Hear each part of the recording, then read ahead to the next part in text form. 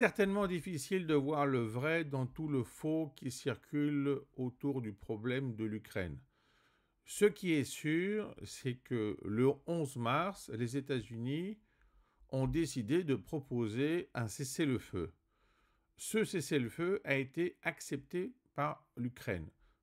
Ceci sont des faits.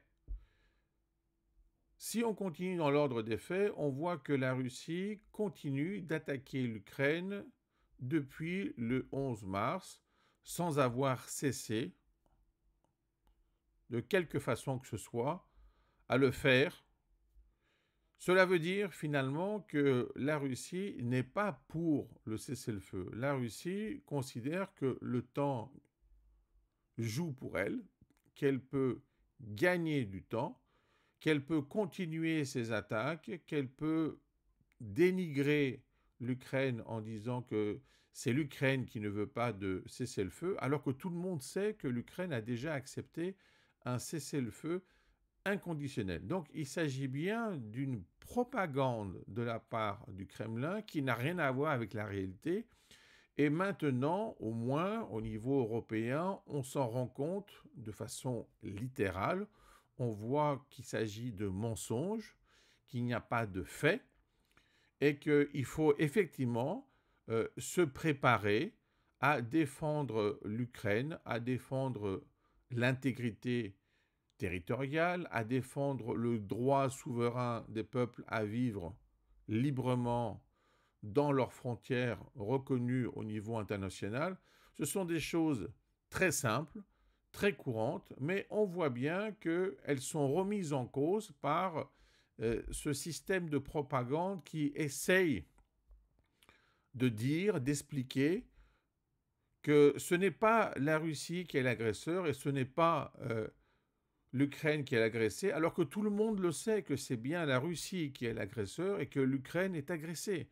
L'Ukraine n'a fait aucune tentative à l'encontre de la Russie, elle ne s'est que défendue et elle essaye, même dans le cadre de ce cessez-le-feu, en réalité, de rester sur son propre territoire sans aller ailleurs. Donc c'est plutôt une vision très russe de la situation qui remonte euh, à la Grande Catherine, qui disait que finalement pour défendre les frontières, il faut les déplacer. La Russie essaye de déplacer ses frontières pour mieux les défendre contre une hypothétique tentative d'agression de la part de l'Occident. Mais il n'en est rien, personne n'a envie d'attaquer la Russie.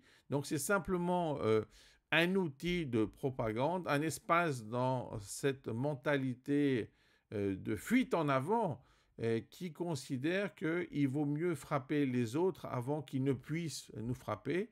Donc il n'y a eu aucune attaque de la part de la Finlande, de la Suède, de la Pologne, des pays baltes, de l'Ukraine. Et pourtant, la Russie considère qu'elle doit se protéger. C'est pour ça que sans arrêt, elle parle aussi de son armement nucléaire en disant que si jamais elle subit une attaque de la part de l'Occident, elle pourra employer cet armement nucléaire dans le cadre de son nouveau dogme.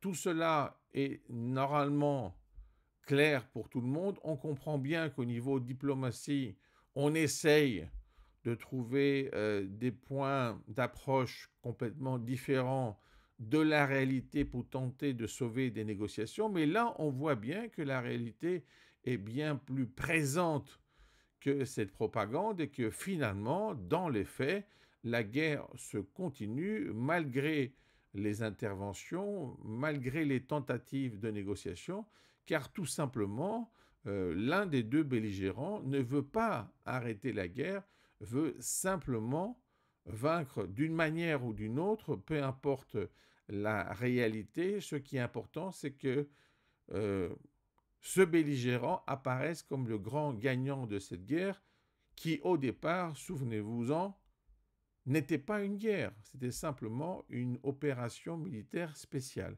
Eh bien, maintenant, on est effectivement en plein dans cette guerre qui concerne non seulement l'Ukraine, mais aussi l'Europe et bien sûr les États-Unis.